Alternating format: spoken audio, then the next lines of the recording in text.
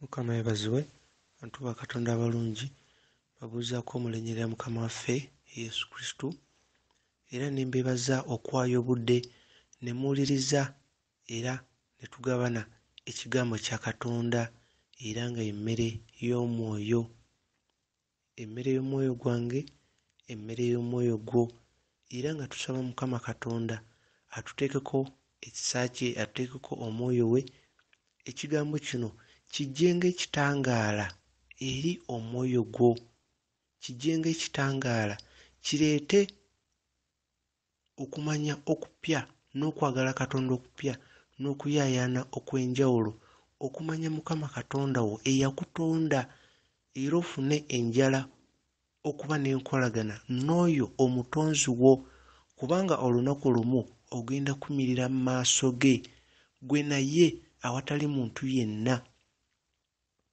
Kirungi omumanye leero era obe n'enkolagana naye, kubanga bw'onaamumanya agenda kufuula ekitangaala eri ensi, nga buli w'ogenda ogoba ekizikiza ekiri mu mitima gy'abantu, osumulula abo abali mu makomera,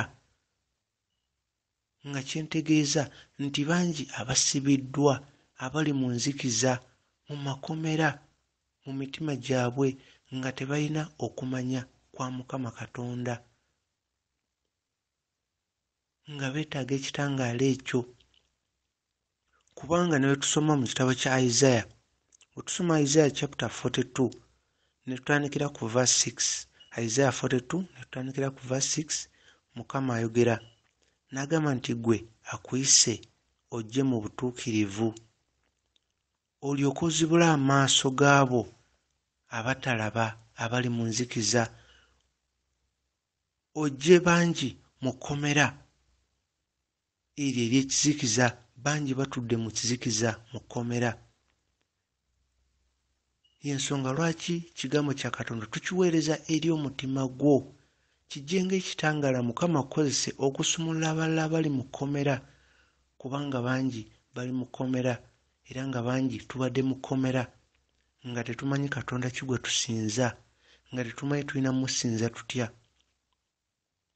nga tugoberera endowooza y'abantu, nga tugoberera ebintu ebyakolebwa omuntu obuntu, nga tunuulidde omuntu obuntu, ne tuwa ekitiibwa kya Katonda omuntu obuntu, ne tuwa okutendereza kwa Katonda omuntu obuntu, oba ekifaananyi obufaananyi. So nga tulaba Isaiah chapter 42 tutandikira ku verse 6, kati okugeza nga verse 7, Mukama atugamba nti no ye Mukama, era ye wetusoma Isaiah 42 ne tusoma ne verse 8, Mukama atugamba nti no ye yaggyawo ebyo ebikadde byonna ebibadde bimanyiddwa, n'aleetawo ebipya, n'alangirira ebipya. Ebyo ebikadde byonna bye tubadde tumanyi ye yabiggyawo, n'alangirira ebipya. Era weeyongerayo n'osoma verse 8 ne verse 9, ye akulaga nti ye Mukama, era erinnya lye ye Mukama, era ekitiibwa kye takigabana era takiwa muntu yenna, wadde okiteeka mu bifaananyi, kubanga ye Mukama. Isaiah 42 chapter 42 verse 9, Mukama agamba nti ebikadde byonna yabiggyawo, n'alangirira ebipya, naye atubuulira ku ebyo ebipya by'aba agenda okuleeta, ng'asaanyawo ebikadde byonna. Ali yampuliriza muganda wange mu Kristo, era oyo gwe tuli mu lugendo lwe lumu olw'obutuukirivu, olugendo olw'okuleeta obwakabaka bwa Katonda ku nsi, byagala bikolebwa ku nsi nga bikolebwa mu ggulu. Oyo yenna ali mu lugendo lwe lumu, buno bubaka bubwo, era kino kijjanga kitangaala eri omwoyo gwo, nga ye mmere y'omwoyo. Manya nti Kristo oyo ali munda mu ggwe, kubanga jjukira watondebwa mu kifaananyi kya Katonda, twatondebwa mu kifaananyi kya Katonda. Oyo Kristo ali munda mu ggwe, kino kye kiseera oyo Kristo atandike okweyoleka, kubanga abadde nga munda mu ggwe ng'aweebwa emmere y'omwoyo, ng'ajja akula, mwoyo mutukuvu ng'akulembera mu mutima gwo, n'akubuulira tokola kino, tokola kiri, tambula bw'oti. Ebyo byonna nga birabirira ekikula kya Kristo ekiri munda mu ffe. Era y'ensonga lwaki Mukama atuweereza Bayibuli, n'atuweereza ababaka, n'atuweereza abatume, ababuulizi, bannabbi, abasomesa n'abalala, basobole okutubuulira ekikula kya Kristo ekiri munda mu ffe kikule okutuuka ku mutindo gwa Kristo kabaka. Ekyo Mukama kyayogera mu Ephesians chapter 4 verse 11 okutuuka ku verse 15. Ekikula kya Kristo mu ffe kikule. Kino ekiseera kye tulimu kye kiseera kya Kristo munda mu ffe okuba ng'akuze atandika okujja nga yeeyoleka mu nsi mu bintu eby'enjawulo, okutuuka ensi yennyini weegenda ogamba laba, mazima Mukama kwali ku nsi, mazima omwoyo we waali, mazima teyatuleka. Era ali yenna awuliriza ekiseera kyo eky'okutukuzibwa kituuse, kiri ku mulyango gwo. Ekiseera kyo eky'okutukuzibwa, gw'abadde atambulira mu mwoyo, gw'ayagala okumanya Mukama, gw'alina okuyaayana okumanya Mukama Katonda wo, ekiseera kyo kituuse. Mukama abadde alaba okuyaayana kw'omutima gwo, okwewaayo, okwerekereza, ng'oyagala omumanye. Ekiseera kyo kituuse era essanyu lyo lituuse, liri kumpi nnyo. Ate nga kye kiseera kye kimu amaziga okukaaba eri ensi n'ab'ensi, amaziga gatuuse, gali ku mulyango. Eri abo ab'ensi, eri abo abamusinza mu mubiri nga tebamusinza mu mwoyo, amaziga gatuuse. Kubanga oyo yenna ali mu mubiri tasobola musanyusa. Katonda tumusanyusa tuli mu mwoyo. Y'ensonga lwaki osoma Romans chapter 8 okuva ku verse 6 okutuuka 9, ye akulaga nti oyo atasinza mu mwoyo tasobola musanyusa, era si wowe. Atasinza mu mwoyo yaliwa?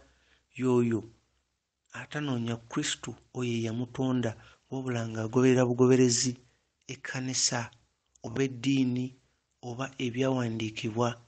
Ebyawandiikibwa bye tusoma mu Bayibuli birungi obisoma, naye bw'oba tolina mwoyo mutukuvu era nga tosinza mu mwoyo ne mazima, ebyawandiikibwa bino oba osoma busomi byafaayo kuteeka mu bwongo, era nga ky'otadde mu bwongo mu ndowooza yo oba okkiriziganya nakyo ekyawandiikibwa nti ddala kituufu. Naye kyentegeeza Kristo okumumanya Mukama Katonda wo kwe kusumulula amaanyi agali mu kigambo, kwe kusumulula amaanyi. Mwoyo mutukuvu n'akukulembera n'omanya bingi ebyawandiikibwa, n'omanya engeri gy'osumulula amaanyi agali mu kigambo ekyo n'obulamu obuli mu kigambo. Kuba ekigambo kya Katonda bulamu. Yesu Kristo kye kigambo, bwe bulamu ge mazima. Kati okusumulula amazima gano n'amaanyi ne gaba n'obulamu munda mu ggwe, olwo oba omusinza mu mwoyo ne mu mazima. Kubanga oba tosumuludde bulamu obuli mu kigambo n'amaanyi, tujja kuba tulina kigambo bugambo, byafaayo, byawandiikibwa nga si Kristo. So ng'omulabe Sitaani singa akulumba leero, ebigambo bugambo, ebyafaayo, ebyawandiikibwa tebirina kye bimukola, era tabitya. Era ne Sitaani amanyi ebyawandiikibwa. Kyova olaba Sitaani bwe yasinkana Mukama waffe Yesu Kristo ku lusozi, nga Mukama waffe Yesu Kristo asiibye, ne Sitaani yasomera Mukama waffe ebyawandiikibwa, yamusomera Zaabuli 91. Sitaani naye amanyi ebyawandiikibwa. Kati okumanya ebyawandiikibwa Mukama si kye yatuyitira, era si kyatwetaaza, era teyatuyita tubeere bakugu mu kumanya ebyawandiikibwa. Kubanga okumanya ebyawandiikibwa nga tosumuludde maanyi na bulamu obuli mu kyawandiikibwa, tuba tuli bantu bansi, tuba twafuna magezi ga mu bwongo kukkiriziganya n'ekyo ekyawandiikibwa mu ndowooza zaffe nga tugamba ekituufu, naye nga tetusumuludde maanyi gali mu ekyo gabe n'obulamu gye tuli. Leero njogera nga nina obuvumu n'obutatya nenjogera byonna ebikwata ku sitaani, eruminati ne dimoni byonna n'abalogo, si kubanga manyi ebyawandiikibwa, kubanga manyi engeri gye nsumulula amaanyi agali mu kyawandiikibwa, amaanyi ago nga ge gasobola okulwanyisa omulabe, era amaanyi ago sitaani gaatya. Era okumanya okusumula amaanyi agali mu kigambo ekyo kyentegeeza, era Mukama kyategeeza okusumulula abasibe abali mu busibe, okuzibula amaaso gaabo bamuzibe. Kyekyo ekyogerwako mu Isaiah chapter 42 verse 8 ne verse 9 n'oviira ddala ku verse 6. Isaiah chapter 42 soma okuva ku verse 6 okutuuka ku verse 9. Mukama kye yali ategeeza okusumula abo abali mu makomera n'okuzibula amaaso gaabo abatudde mu kizikiza, kubanga baba bamanyi byawandiikibwa naye nga tebasobola kusumula maanyi agali mu byawandiikibwa, kubanga ekigambo bulamu, kigambo kya Katonda kirina obulamu ate kya ddala, si kyakuteebereza. Mukama yatuyita kubeera baagalwa be, tumwagale n'omutima gwaffe gwonna, twagale muliraanwa waffe n'omutima gwaffe gwonna nga bwe tweyagaliza naye tumwagalize. Ekyo Mukama kye yatuyitira. Y'ensonga lwaki Mukama waffe Yesu Kristo yatugamba bw'onaayagala muliraanwa ojja kuba otuukiriza amateeka gali amalala gonna, kuba ekyo kye yatuyitira tubeere baagalwa be. Ye Mukama kwagala, era abo balina okwagala bali mu ye, naye ali mu bo. Okwagala kulimu okusonyiwa. Tusonyiwe. Abuulira enjiri yenna gy'oli gy'obuulira teweerabira okubuulira okusonyiwa, kubanga naffe twetaaga okusonyiyibwa. Kyovula Mukama waffe yali ku musalaba yasaba n'agala Kitange basonyiwe, kubanga kye bakola tebakimanyi. Tusonyiwe. Oyo muliraanwa wo akunyizza, oyo muganda wo, oyo mukyala wo, oyo mwami wo akunyizza, musonyiwe kuba kyakola takimanyi. Musonyiwe kuba kyakola takimanyi. Musala Mukama gye yatuyigiriza tugamba tusonyiwe ebyonoono byaffe nga naffe bwe tusonyiwa. Nga bw'osonyiwa Mukama naye bw'agenda okusonyiwa. Okusonyiwa kw'oyolesa eri abalala, eri muliraanwa wo, eri muganda wo, eri mukyala wo, eri mwami wo, ne Mukama bw'atyo bw'agenda okusonyiwa nga naawe bw'osonyiwa, kubanga ye kwagala. Ye taliwo okutunuulira nsobi zaffe. Kyova olaba yatuma Hosea ng'ekyokulabirako atulage okwagala gye tuli bwe kufaanana. N'atuma Hosea agenda ayagala omukyala oyo gw'oyinza okugamba nti yalina abasajja bangi. Era Hosea n'agenda n'akola ekyo Mukama kye yamugamba, naye omukyala bwe yamuleeta, omukyala n'agenda mu maaso ng'ayagala abasajja abalala ng'ate ali waka wa Hosea. Hosea n'addayo wa Mukama n'amugamba, omukyala omulaba gwe wampa yalina emize gye era agizzeemu. Mukama n'amugamba, oyo gw'oba oyagala. Era oluvannyuma Hosea n'asaba Mukama n'agamba, naye lwaki wangamba okwagala omukyala ono era emize agizzeemu? Olwo ng'omukyala yavudduse weewake wa Hosea aliri mu katale n'abasajja balala kumugula, nga bamugula buguzi ssente, ng'ali mu katale boogerera waggulu ne bagamba ani amugula ssente bwe ziti, ani amugula ssente bwe ziti. Mu kiseera kyennyini nga Hosea ali mu kusaba ng'aga Katonda, lwaki wampa omukyala ono? Era Katonda n'addamu Hosea n'amugamba, omukyala mwagale bwagazi, kubanga nammwe abantu bwe mutyo we muli. Tugende wa Katonda ne tumusinza, ate ne tuddayo ne tusinza bakatonda abalala, ne tukola obuje mu mitima gyaffe, wabula yasalawo atwagale bwagazi. Kweka okwagala kw'olina okwolesa eri muliraanwa wo, eri muganda wo, eri mukyala wo, eri mwami wo, eri oyo yakunyiiza, mwagale bwagazi, kubanga bw'atyo bw'ali. Mwagale bwagazi kwe kwagala Katonda kwayagala twolese eri muliraanwa waffe ku nsi kuno kwe tuli. Liri etteeka Mukama waffe yatugamba, bw'onaayagala muliraanwa wo oba ogenda kuba otuukiriza amateeka amalala gonna. Katonda kwagala. Abuulira ekigambo kya Katonda yenna teweerabira okwogera okusonyiwa kubanga naffe twetaaga okusonyiyibwa. Katonda kwagala. Oyo atalina kwagala era Katonda aba talimu ye. Y'ensonga lwaki Yesu Kristo yatugamba n'abo abamugoberera ensi egenda balabira ku kwagala kwe balina eri muliraanwa waabwe. Wabula teyagamba nti ejja balabira ku byamagero, teyagamba bajja balabira ku kkanisa ennene, ku bantu abangi, wabula okwagala kwe balina eri muliraanwa waabwe. Oyo Mukama gwakusembereza kumpi naawe ye muliraanwawo. Mukama agenda tulabira ku kwagala kw'oyina eri muliraanwawo. Bw'obanga gwe okwagala kw'oyina eri muliraanwawo oyagala kulagira mu ssente z'owaayo mu kkanisa, otwale baasa mu kkanisa, ebbaasa ennene, naye nga waliwo ewakaawo omuntu omulwadde, waliwo muliraanwawo atalina kyakulya, waliwo atalina kyakunywa, waliwo gw'olaba alemereddwa, naye nga ggwe ebbaasa ogitwala wa Mukama. Katonda eyakutonda, Yesu Kristo eyagamba owa muliraanwawo oba owadde nze, eyatugerera akagero n'agamba nti baamulaba nga talina kyakulya ne batamuwa, ne balaba nga talina kyakwambala ne batamwambaza, ne bamubuuza Mukama, ddi lwe twakulaba nga talina kyakwambala oba ekyokulya? N'abagamba woowa oyo muliraanwawo oba owadde nze. Bw'owa oyo atalina oba owadde nze. Kweka okwagala okulina okubeera mu mitima gyaffe. Oyo muliraanwa waffe gwatusembereza. Bwe tuba twagala kutuukiriza kkanisa bye yagala, ddiini bye yagala, tuba tetutuukiriza bya Kristo. Kristo ayawukana ku ddiini. Eddiini y'abantu buntu. Eddiini z'abantu buntu, zaakolebwa bantu, wabula ye Katonda kwagala. Kwagala. Katonda teyaleeta ddiini n'emu, wabula yateeka okwagala mu mutima gw'omuntu. Mu mutima gw'omuntu Katonda yatondawo ekifo okwagala we kutuula. Awo Katonda w'atuula.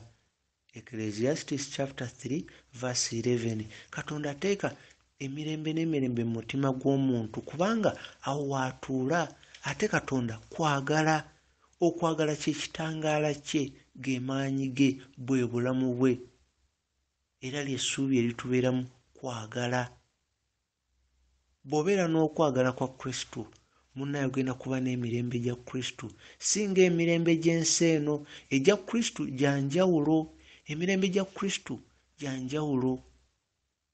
Bw'oba nagyo weebaka ng'omwana omuto, toyina birowoozo, toyina kutya, toyina kweraliikirira, oyina essuubi, oyina essanyu, toyina kutya.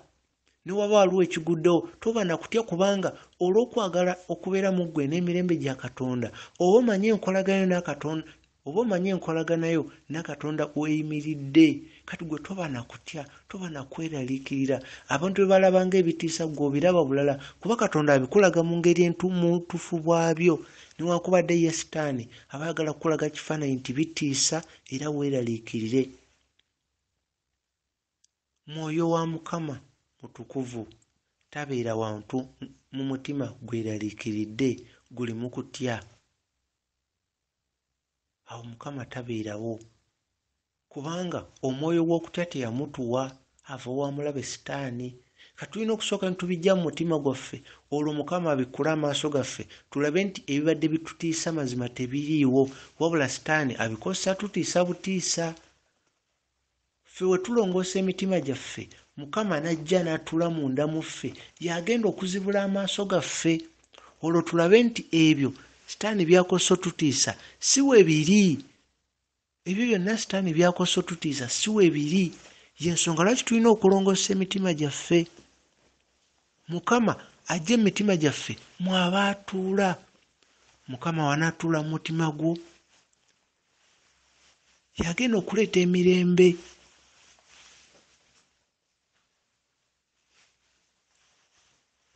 Yagenda okuleeta essanyu n'essuubi. Yagenda okuzibula amaaso olabe nti ebyo byonna ebikutiisa si we biri, si bya ddala. Bikutiisa butiisa naye tebiriiwo. Naye ng'ekyokubaawo tulina okulongoosa emitima gyaffe. Nga bw'obeera ng'olina abagenyi abagenda okujja nolongoosa ennyumba yo omugenyi afune w'anaatuula. Era naffe bwe kiri eri Mukama tulina okulongoosa emitima gyaffe, olwo ye ajja atule mu mitima gyaffe nga kye kitangaala ge maanyi y'agenda okuzibula amaaso gaffe tulabe buli kimu mu butuufu bwakyo. Ne bwe kiba nga si ekyo tugenda kutya? Tugenda kweraliikirira, kubanga tugenda kuba tukosa amaaso gaffe gano agatali ga mwoyo, tulabe tusalire abalala emisango, tuloze nti ensi bwe tugiraba bweri naye nga si bweri. Omulabe Sitaani ye ayagala tukosa obwongo bwaffe, endowooza zaffe, okuteebereza, tulowooze nti ensi bwetyo weri naye ng'ebintu by'omwoyo nga tolina ky'olabye, ebintu ebitulwanyisa, emyoyo emibi, emyoyo egy'emizimu naki tosobola biraba n'amaaso go gano.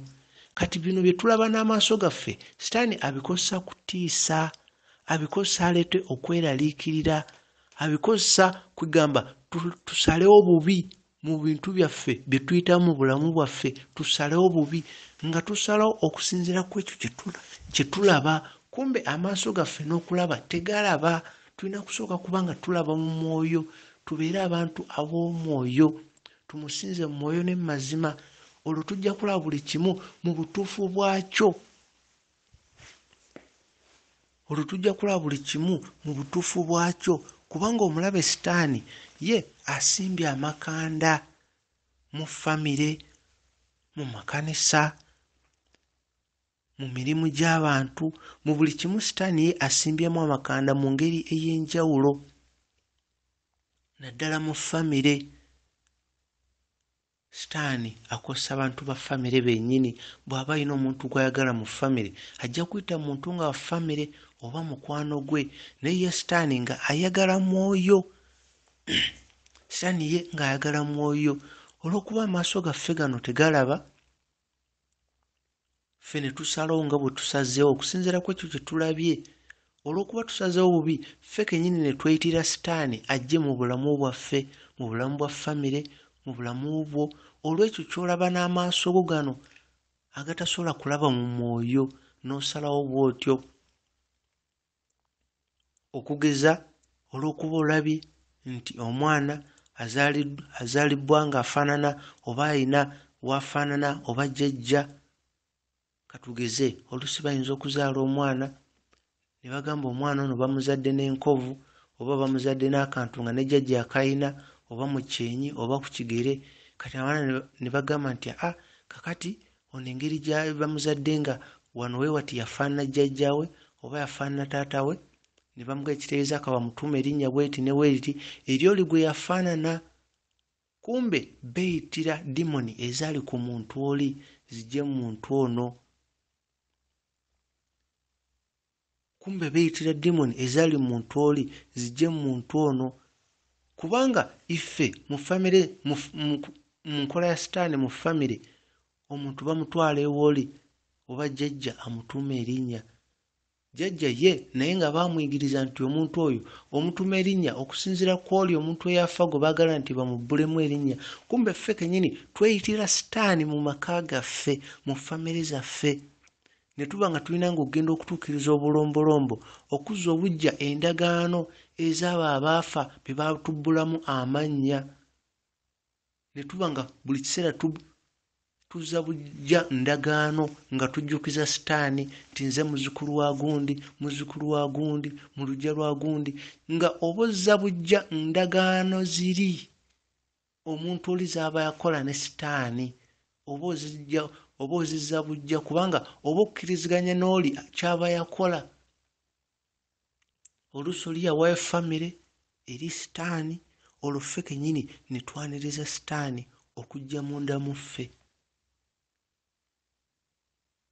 Era kanjogereko ne ku kintu kino ekya abalogo. Ebiseera ebisinga etuwulira abalogo tulowooza nti omulogo yoyo gwe tulaba alina akayumba waak'essubi nga kaliko omulyango omutono, ne bagamba oyo mutuufu eryo essabo era oyo mulogo, ng'amaaso gaffe gano agatalaba mu mwoyo nga kye galabye era mangu nnyo ne tugamba mazima oyo mulogo. So nga ebiseera bingi oyo asobola okuba ng'alina akakwate oba ng'agezaako byefaananyiriza, naye nga mu nsi y'omwoyo abalogo bennyini abava mu mubiri asinza n'okuba n'omwana omuto, era bo batambuza ebintu byabwe ne mu byokulya naki. Ate omulogo, omuntu asobola okubeera omulogo nga tamanyi na kumanya nti mulogo, osobola okubeera omulogo nga tokimanyi, nga bali abalogo ababiruddemu bakozesa feesi yo, bakozesa erinnya lyo, bakozesa ekifaananyi kyo eri gye baba bagenza okukola ebintu byabwe, kubanga gw'oba watambulira mu kibi ne weewa sitaani, n'osobola okukkiriza sitaani atwale omwoyo gwo. Kati omuntu engeri gy'asobola okubeera omulogo nga naye tamanyi ngeri ya njawulo, naddala abaana abato n'abantu abakulu. Omulogo owa sitaani amanyi kyakola, asobola okujja n'akuwa bw'ekyakulya, ye ng'ekyokulya ekyo alina ebintu byakiraamirizaako, ne wano mu kukikuwa aba alina ebintu byalaamiriza. Kati gwe bw'okikwata n'okirya kimuwa obusobozi okuba nti asobola okujja ekiro ng'avudde mu mubiri gwe n'ajja ku nnyumba yo n'atandika okkwita omwoyo gwe guveeyo, kuba alina ekyokulya kye yakuwadde kye baalaamirizaako ebintu bisobole okuwa obusobozi obwo okuva mu mubiri gwo. Kati ngezaako okubuulira engeri gy'omuntu gy'osobola okuloga nga naawe tomanyi naye ng'oli mulogo, ng'era abalogo ekiro baba bagenda okuloga ogenda nabo bava mu mubiri gwabwe naawe ne bakuggyayo omwoyo gwo. Era nga mu kutandika engeri gy'obeera omulogo nga tokimanyiiko, otandika n'okuloota ng'oli musanyufu, ng'oloota ng'oseka. Oyinza n'okuzuukuka ng'oseka nga tomanyi kikusesa, n'ozuukuka ng'oseka, ng'oloota ng'oseka. Kati kaba kabonero nti waba balina ebintu bye bakola batwale omwoyo gwo. Kati gw'obeera eri nabo gwe ng'olanga ekirooto ng'oli mu kuseka, n'oseka gye kitandikira. Oyinza n'okuzuukuka ng'oli mu kuseka.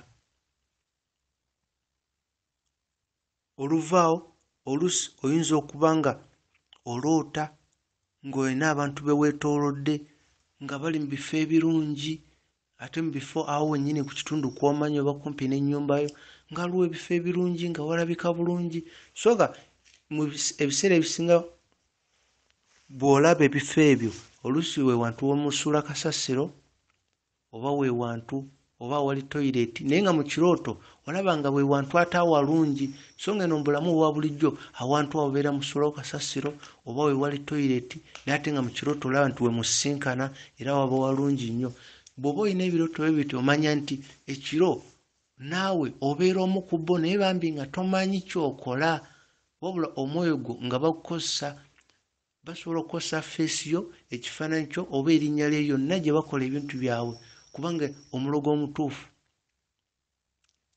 ava mu mubiri gwe baba tebamumanyi, kubanga akozesa feesi y'omuntu omulala, akozesa erinnya ly'omuntu omulala. Ekyalo ne kimaliriza nga kisalidde abantu abatalina omusango. Ekyalo ne kimaliriza nga kisonze muntu omukyamu nti oyo ye mulogo, naye nga oli yennyini muntu mulala nnyo, wabula akozesa feesi y'omuntu omulala. Oluusi oli n'aloota ng'alaba omuti ng'alinnya omuti nga guliko amadaala, naye nga waggulu ku muti ate wantu walungi nnyo, naye ng'olinnya muti naye ate ng'otuuka eyo ewali badde ng'amatabi nga waliwo makubo gagenda mu bifo birungi. Ako nako kabonero, basobola okuba nga bakozesa feesi yo n'erinnya lyo n'omwoyo gwe gy'otamanyi. Olwo naawe obeera mulogo naye nga tokimanyi, naye nga ekyaleeta ekyo gwe kutambulira mu sitaani, kutambulira mu kibi n'owa sitaani ekkubo n'ajja munda mu ggwe. Era kaabe mwana muto asobola okuloota ebintu we biti naye nga kitegeeza baba bamukozesa nga kyakola takimanyi. Oluusi n'aloota ng'alina abantu abalala mu nkuŋŋaana, ng'aloota abalaba naye ate abantu bamanyi ku kyalo ng'abalaba, abalala tabamanyi, abaloota buli kiseera bali mu nkuŋŋaana. Nako kabonero nti naawe obeera omu ku bo naye ggwe nga tokimanyi, naye bali baba kimanyi. Kati nga buvunaanyizibwa bwabali babe nga bajja baliikiriza omwoyo gwo emmere y'ekizikiza esobole okuba nga etuuka ku mutindo obe nga kyokola okimanyi. Era nga kuba waliwo abaloga nga bakimanyi, waliwo n'abo nga tebamanyi kye bakola naye ng'emyoyo gyabwe bagikossa. Ogenda okuloga, okutwala endwadde, okuleeta obubenje naki, naye nga ye tamanyi kyakola. Kubanga ogende wa sitaani, abamanyi kye bakola, abamanyi nti ddala babeeramu ebyo, ye waagendayo asisinkana emyoyo gye emibi oba dimoni ne zimwaniriza nga kyakola akimanyi, era ne zimubulira nti bagenda kuweereza sitaani ng'oyo kyakola akimanyi. Kati oyo amanyi kyakola yatambuza ebintu ebyokulya n'agabira abantu ebirabo, naye nga buli kyokwatako bw'oba tokisabidde oba nga totambulira mu kitangaala kya Mukama, otandika okufuna ebirooto ebyo, naye ne batandika okukozesa feesi yo n'erinnya lyo n'eddoboozi lyo, yonna gye baba bakola emirimu gyabwe egyo. Ng'obuzibu butandikira kubeera nti ffe tutambulira mu kibi. Bwe tutambulira mu kibi, n'oba nga gwayimba mu church, n'oba gwakulira kwaya, n'oba nga gwani, n'oba nga kwegamba gwe balaba ng'omusumba w'ekkanisa, naye nga tutambulira mu kibi, mune sitaani oba omuwadde olukusa okubba, okutta n'okuzikiriza. Kubanga oyo agenda ng'amanyi kyakola ewa sitaani asayininga endagaano n'omusaayi gwe mu kitabo ewa sitaani, ekitabo kyennyini, era kiba kirabika bulungi. N'amakanisa mangi gy'okoma okumanya omusumba n'obeera omu abali ku kakiiko, wabaawo ekitabo kye baggyayo nga kirungi nnyo, totera kirabalaba, era ne bagga kino ekitabo kyammwe mwekka mwekka ab'ekyama abapasita. Ogenda okulaba nga bajja ekitabo kirungi nnyo, kungulu kiringa nga kya gold, ne bawandiikamu amannya gammwe biki. Kati gw'oba omanyi nti pasita akikoze okukwagala ennyo, naye ng'ekyo ekitabo kya ndagaano ewa sitaani, ng'ekyo ekitabo kya ndagaano eri ewa sitaani, era nga bwe bukakafu nti oli omu ku bo, nga kiba kyakyama. Amakanisa mangi bakiyina, naye ng'ekitabo kiba kyakwekweka, tebakijjayo, okuggyako ng'omuntu obadde wakyama nnyo n'osemberera nnyo omubuulizi. Abo abali ku ludda lw'ekizikiza, abatali ba Katonda benjogerako, kuba amazima gali nti bangi ddala ddala, bangi 9 ku 10 abatukulembera era abatubulira ekigambo kya Katonda si ba Katonda bangi. Era Mukama wabikula amaaso g'omu mwoyo ojja kuba olaba kikyenjogerako, kubanga mu mwoyo oyo yenna owa Katonda alina ekitangaala, era ng'okusinziira ku kisa Katonda kyamutaddeko n'okuyitibwa kwe kwongera okwakayakana ekitangaala ekyo ekimuliko. N'oli aweereza omulabe sitaani yeetooloddwa ekizikiza, era okusinziira enkolagana ne sitaani g'emaanyi agali mu kizikiza ago ekimwetoolamu. Kati Mukama wabikula amaaso go n'olaba ekyo, ojja kulaba kikyenjogerako wengamba nti 9 ku 10 abatubulira enjiri si ba Katonda, era tebali ku mazima, era tebagala kutwala myoyo mu ggulu, wabula bakolera mulabe.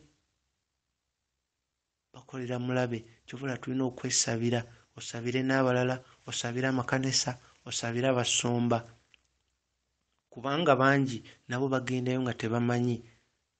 Babanoonya bantu bangi, banoonya kanisa nnene, wabula si kutwala myoyo mu ggulu, si ku bantu kutuukirira mu kkanisa batambulire mu butukirivu n'okwenenya n'okwagala, wabula bantu batuukirize bukwakkulizo bwa kkanisa, kusaba buli lunaku, kuleeta buli kkanisa kye basabye, wabula si kutwala myoyo mu ggulu. Olwo sitaani natta abantu mu bubenje, mu kuzaala, embuto ne zivaamu, naye nga bangi tebamanyi kwe biva, ne bafuna endwadde ez'enjawulo nga tebamanyi gye biva, naye nga biviira ddala eri gye bagenda okusinza, kubanga bangi nga gye bagenda okusinza ate bateekebwa mu mizimu mirala, kubanga omuntu ye nga ye aba tononyeza nkolagana na Kristu ye amumanye. Y'ensonga lwaki olina okubeera n'okuyaayaana omanye Mukama Katonda wo eyakutonda. Olina okuyaayaana okumanya Mukama Katonda wo eyakutonda. Mbadde nkyayogera ku balogo, engeri gy'osobola okubeera omulogo nga ate tokimanyi, kubanga omulogo oyo amanyi kyakola. Njogera ku oyo ava mu mubiri gwe ayingira mu kisenge kye ne yeebaka abalala ne balaba nti yeebase n'aggalawo, kumbe bw'atuuka eyo ava mu mubiri gwe n'agenda akola emirimu gy'omulabe. Oyo ye mulogo amanyi ky'akola, nga wano ku maaso tosobola wadde omuteebereza. Era oli bw'abanga ddala akola abantu Katonda bandazeeko abakola ebya Sitaani, okumanya tosobola kutegeera. Abangi abava mu mubiri ekiro, so nga yeggaliddeyo abantu bamanyi yeebase, n'ava mu mubiri gwe n'agenda akola emirimu gya Sitaani, n'agenda mu miitingi gya Sitaani. Oyingira mu nnyumba zaabwe bangi tosobola kutegeera, kubanga kye basooka okukola kwe kuteekayo ebintu ebibuzaabuza. Ayinza okugula omusaalaba omunene n'aguteekaawo, ayinza okugula ekifaananyi ekinene simanyi kiriko Maliya obaani Yesu n'akiteekaawo. Kwiga ebintu n'agula ne Bayibuli nga 6 endala n'agiteeka mu nsonda, endala n'aziteeka wali mu kabada nnyingi. Kwiga nga oyingira ofuna endowooza nti bano bantu ba Katonda, naye mu mutima gwe aba amanyi endowooza yo. Kyova ye Katonda tumusinza mu mwoyo ne mu mazima, ye alaba ekiri mu mutima. Ye Mukama y'alaba ekiri mu mutima. Yensonga lwaki mu mutima gwo olina omusinza mu mwoyo ne mu mazima. Mu mwoyo ne mu mazima. Bangi abaloota nga bagabana emmere, bagabana ennyama n'abantu abalala be batamanyi. Naye nga tolina kulya mu kirooto. Bw'oloota ng'osisinkanye n'abantu abalala ne bakuwa n'onywa oba n'olya, kitegeeza eri oba oli mu kukkiriza obeere mulogo yennyini amanyi ky'akola. Era w'omala okulya oba n'onywa otandika okutegeera olulimi lwali lwe boogera. Mu kusooka oba olaba bulabi nti baseka basanyuka naye nga towulira lulimi, so nga bw'otandika okuwulira bw'oti olulimi lwe boogera, ova mu kirooto ne bifuuka bya ddala. Era ne batandika okuyigiriza engeri gy'ogendangayo, wadde toli mu kirooto, wadde oli ku mirimu gyo, batandika okuyigiriza. Olwo kino kitandika kubeera kyama kyo, era ggwe muli oba omanyi nti ozudde obugagga gye buli, kitandika kubeera kyama kyo. Naye ng'abantu b'osinkana bonna mu kirooto oba obamanyi, era otandika n'obbasinkana n'oyogera nabo emisana, ne muteesa ne bakuwulira buli kimu kye bakola, naye kiba kyakyama olw'okuba walya wanywa ng'ekyo kye walya kye kyaleeta omwoyo guli ogwa Sitaani munda mu ggwe, otandika okuwulira olulimi lwabwe. Kubanga nene wa Katonda gy'okoma okuwulira ekigambo kya Katonda, mwoyo wa Mukama yajja munda mu ggwe, n'otandika okuwulira eddoboozi lya Mukama butereevu. Olw'ekigambo kya Katonda, olw'emmere y'omwoyo gye walya, otandika okuwulira eddoboozi lya Katonda n'okutegeera nti Katonda ayogera naawe. So ng'eri ewa Sitaani nayo bw'olya ekikuweereddwa omulabe, otandika okuwulira eddoboozi lyabwe. Era w'ogenda mu miitingi zaabwe ng'otandise okutegeera ky'okola, batandika okubanga basaddaaka enkoko, embuzi, naye ggwe mu kulaba wali olabanga enkoko, naye nedda teba nkoko, aba muntu. Otegeera luvannyuma nti oluddeyo, kuba bo batandika okulaamiriza ebintu byabwe mu miitingi, ne balaamiriza, ne wajjawo endabirwamu, ne mujjamu enkoko ne bagazisale. Otegeera luvannyuma nti buli lwasalanga enkoko eyo nga wayitawo ebbanga nga waliwo omuntu wa famire avaawo. Otegeera luvannyuma nti ekitegeeza ziri tezaalinga nkoko, kubanga ye Sitaani ye taata w'abalimba. Yagamba osaddaaka nkoko, kumbe muntu wa famire wayita akabanga, kwolwo lwasaddaase eri ekimuluma lwe kitandika omuluma, kwolwo lwennyini. Lwakuba bangi tebakigoberera, naye nga kwolwo oli lwatandika okulumwa,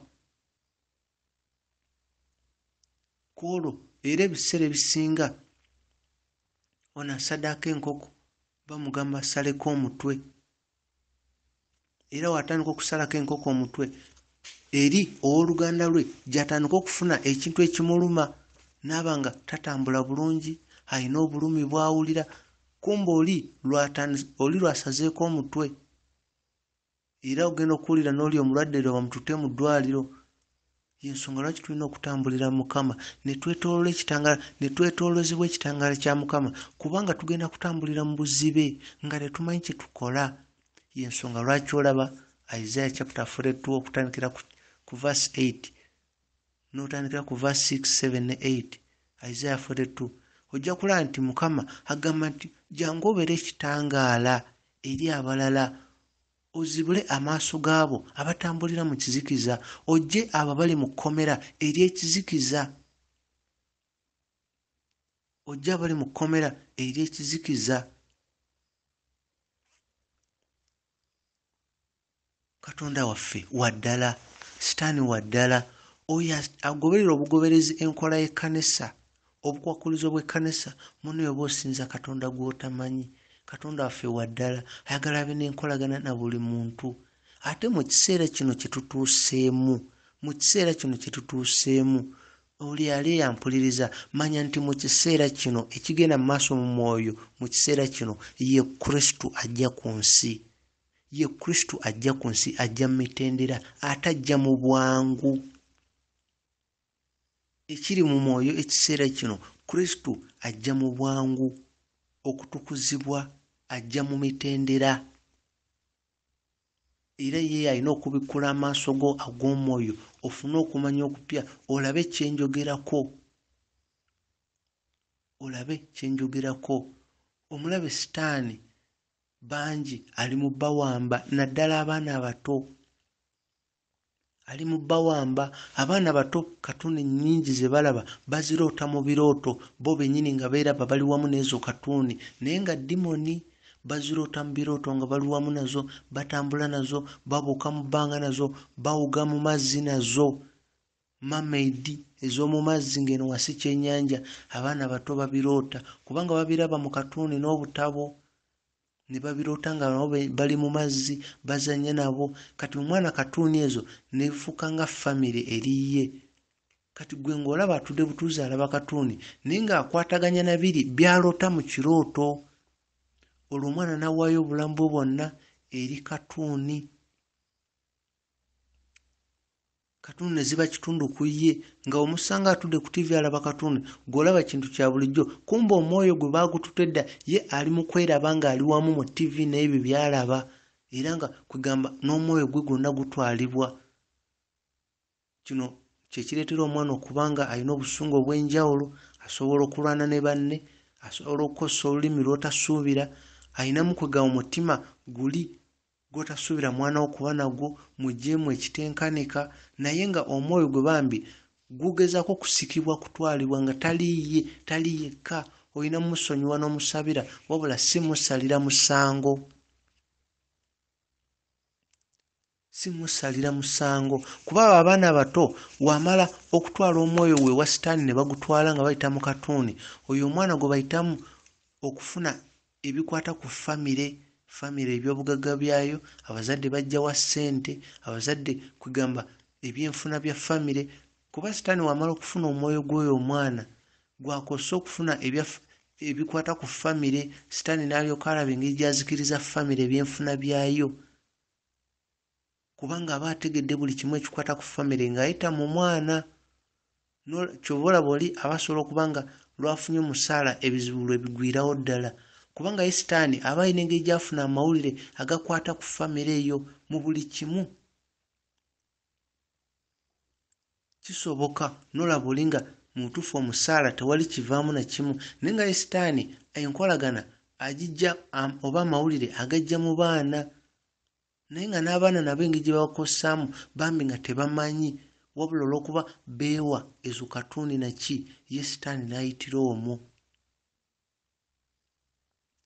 Y'ensonga lwaki tulina okusabira abaana baffe, kuba bingi bye balya bambi n'omulabe y'aba abireese. Bingi bye balya omulabe y'aba abireese. Bangi basobola okuba nga balogo naye nga tebakimanyi, nga bangi balogo naye nga tebakimanyi. Kuba omulogo asobola okuva mu mubiri gwe, asobola okwefuula ekinyonyi ekiro.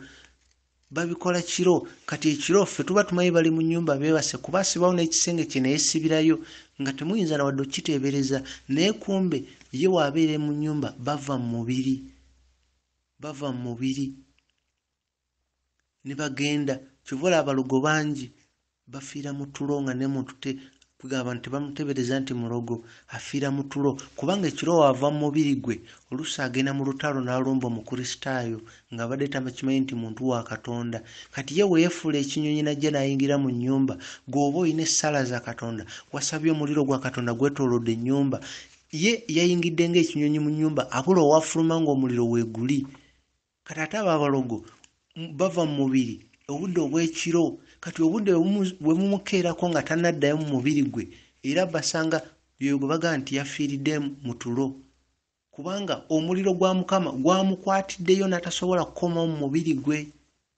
Ebyo ebintu mbirabyeko biyitirivu era balogo banne kuba oluusi abalogo banne balina bamulindidde ng'agenze okulumba omukristaayo bw'ayingira mu nnyumba oba yeefudde kiwuka oba nsiri n'ayingira mu nnyumba oli bw'abanga musabi n'ayongera kusaba kuba omanya Katonda alina engeri obubonero bw'akulaga nti waliwo ekyenjawulo otandika okusaba genda mu kusaba.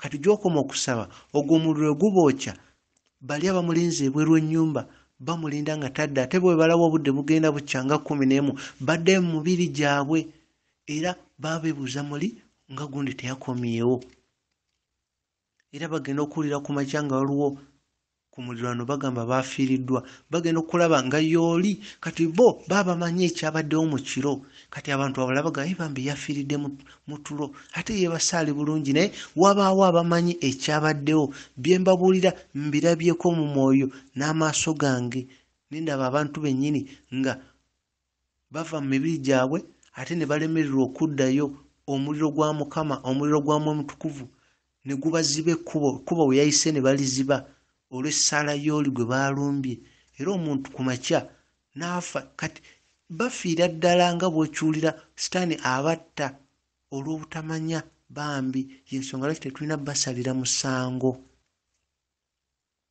Y'ensonga lwaki tetulina basalira musango tulina basabira kubanga bangi kye bakola tebakimanyi ffe tulina basabira musango maya ffe tulina basabira busabizi si kubasalira musango. Tosalira muntu yenna musango kuba mazima omuntu gwe bayita omulogo tosobola mulaba n'amaaso go wabula gaba maaso ga mwoyo.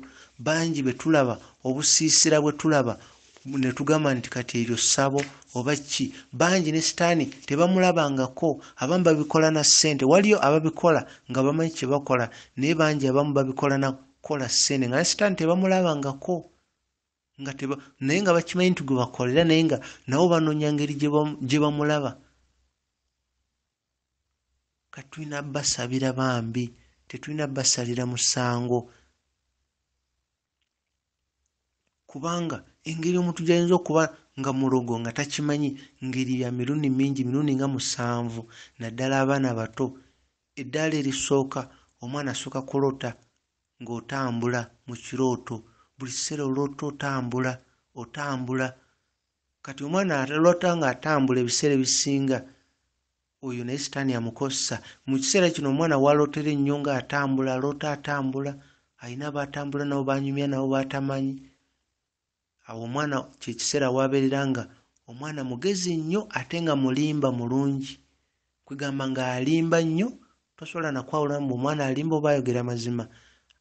Ku magezi gaffe ag'ensi ffe tulaba ng'omwana omugezi ennyo kuba aba alimba nnyo ate nga mu bwongo olaba ng'omugezi ennyo. Kati sitaani aba atandise omuyingira mu kiro ng'aloota nga kugamba mugezi nnyo mu bintu ate ebitayamba nga ffe tulowooza omwana mugezi bugezi. Eri ddaala lye lisooka.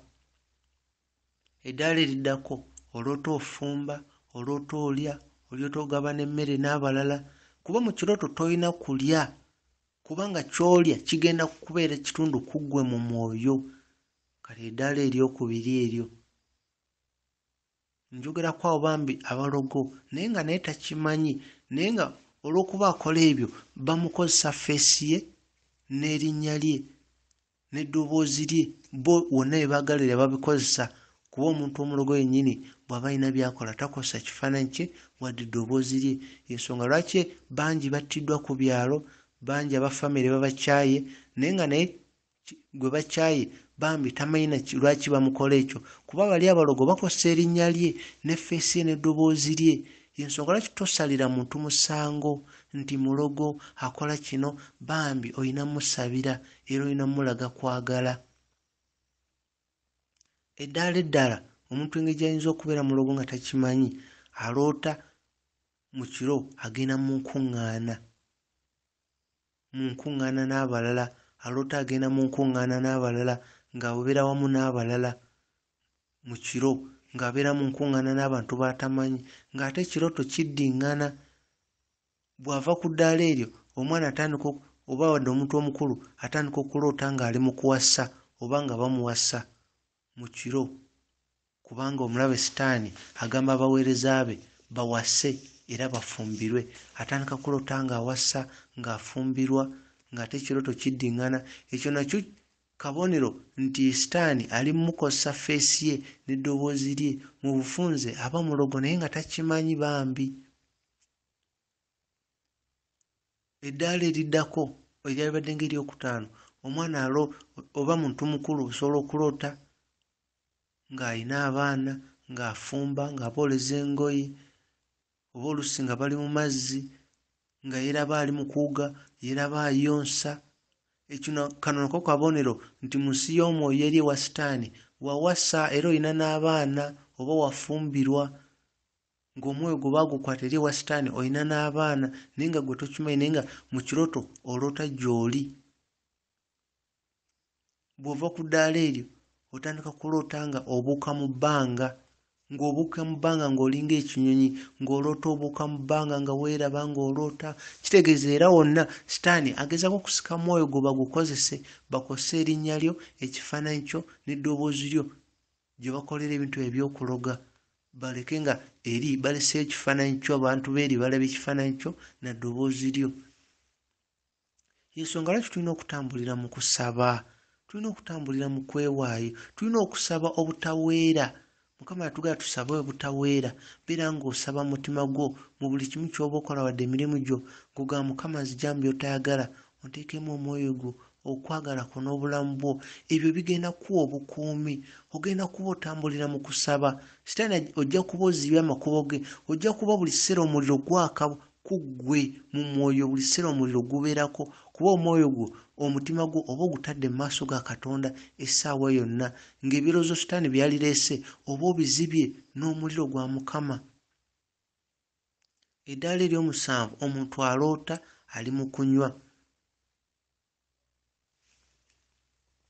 Kati bano abaloota ng'ali mu kunywa, eryo eddaala erisembayo, w'otandika okuloota ng'oli mu kunywa, olwo sitaani aba agenda olwo sitaani aba anoonya abikkula amaaso go, omulabe, omutegeere, kwiga otandika okukola ebintu ebyokulaga nga kyokola okimanyi, nga sitaani obawulira abikkula amaaso go ag'omwoyo olabe balogo banno mu mwoyo, kwegamba otandika okwawula abakristaayo ng'olaba ekitangaala ekibeetoolodde, olwo sitaani ng'akulabula oleme beesembereza. W'otandika okuloota ng'oli mu kunywa, kubanga mu kirooto gy'okoma okulya n'okunywa, sitaani atandika okweyoleka gy'oli obe n'enkolagana naye. Era w'otandika okuloota biri ng'oloota otambula, ofumba, oyonsa, okola ki, owasa, ofumbirwa, n'otagenda mu maaso na kusaba, sitaani aba akwolekeza kutandika kuloota ng'olya, ng'onywa. Olwo aba agenda kubikkula amaaso go, gw'olowooze nti ozudde ekyama eky'okugaggawala, kumbe omwoyo gwe sitaani agenda kugukozesa okubba, okutta n'okuzikiriza. Ate waliwo enjawulo w'abalogo ne bali be bayita basatanisiti, abaweereza sitaani. Abalogo sitaani tebamulaba era bangi bawulira mwolire, abamu bakolagana dimoni, naye abasatani abasinza sitaani bo basinkana sitaani wonna we baagalira, bonna we baagalira. Era Mukama kaalibikkula amaaso n'olaba sitaani ne mu nkuŋŋaana ze, ojja kutuula wansi okaabe n'amaziga, kubanga ojja kulaba abantu b'ettutumu ensi beetunuulidde, abakulembeze abali mu bifo eby'enjawulo, abalamuzi, balooya, bannaddiini n'abayimba ennyimba z'eddiini. Ojja balaba nga bali mu maaso ga sitaani, otuule okaabe ogabe bannaye ki ekigenda mu maaso mu nsi, olwo Katonda aliwa? Y'ensonga lwaki nkubuulira nti 9 ku 10 mu nsi yonna betuwuliriza si ba Katonda. Lwaki? Kubanga be batula ku mwanje w'omulabe Sitaani, be batula mu maaso ge naye, n'abawa ettutumu, n'abawa obugagga, kubanga bye baanoonya. Tebaanoonya kumanya Katonda, tebaanoonya kutwala myoyo mu ggulu, wabula baanoonya bugagga, baanoonya kumanyika, baanoonya kubeera bantu b'amaanyi. Era Sitaani yabibawa, ye n'atwala emyoyo.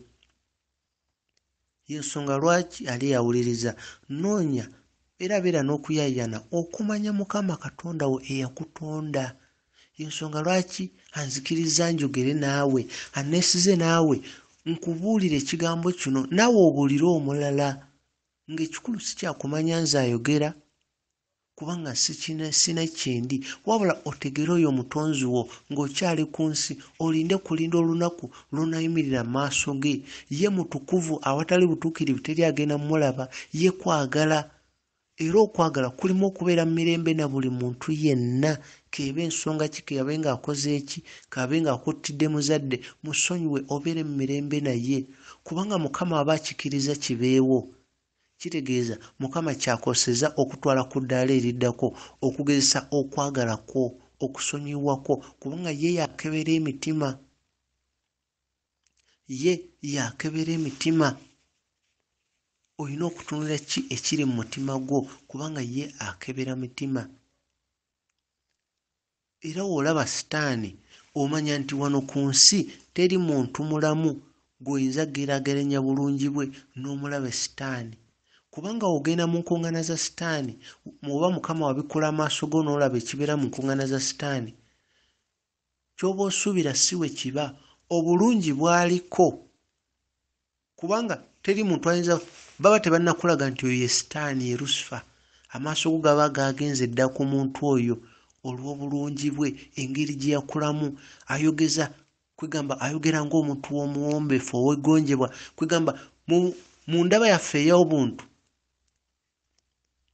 Oba toyinza na kuteebereza mbu yeye, olaba omuntu omulungi, eyakula obulungi, ayogera obulungi, ayina ekisa ekitenkanika.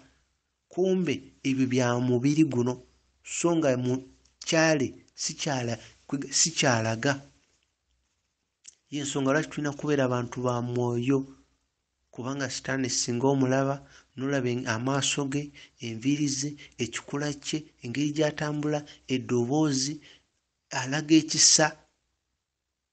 Era oli wagamba yeye, ky'ovola abangi bagendayo ne bamusinza, kubanga bye bamulabako bagamba munogamba nedda, tayiisa bw'ati, kuba alina ekifaananyi ky'abalaga kirala nnyo. Taleeta kifaananyi kye kiri eky'amayembe n'amaaso agaakanga omuliro naki. Ebyo ekifaananyi takibalaga. Asooka n'abalaga ekifaananyi kirungi, olwo n'alyoka abba, n'atta, n'azikiriza famire zaabwe n'azimalawo, beezuula luvannyuma nti ekitegeeza ekifaananyi ateekako kirala. Kubanga ye Sitaani, Lusifa, yeekyuse ku kintu kyonna kyonna awangule omwoyo gwo, awangule omutima gwo, awangule emitima gy'abangi agitwale mu geyeena. Ye ateekako ekifaananyi kyonna kyonna ng'ekikulu kyagala kuwangula mitima gyabwe. Ye n'alyoka akola obubenje, ye n'alyoka akola buli kimu. Y'ensonga lwaki n'oba otambula mu mmotoka ogenda ku ngendo, sooka osabe.